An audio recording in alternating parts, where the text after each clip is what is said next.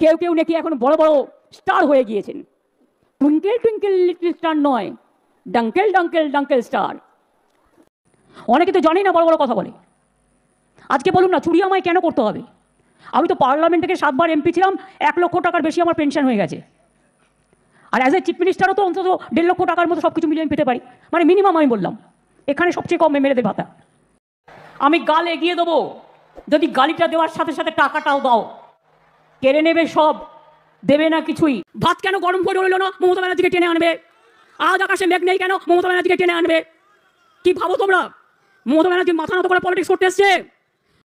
আমি বাইরের মেয়ে, আমি বাংলার মুখ্যমন্ত্রী, আমি বাইরের মেয়ে। আর তুই বেটা হরিদাস কাতির ছেলে, কি করে বেড়াস? তুই নন্দীগ্রামের ছেলে হলি কবে? তুই কবে হলি নন্দীগ্রামের ভূমিপুত্র ভাই? তোর তো এটা ভূমিও নয়, জমিও নয়। তুই তো দালালি করে গেছিস। সিপিএম এর সাথে সিপিএম এর দালালি করেছিস, বিজেপির সাথে বিজেপির দালালি করেছিস। কি দিনই তোকে ইরিগেশন মিনিস্টার করেছি, তোকে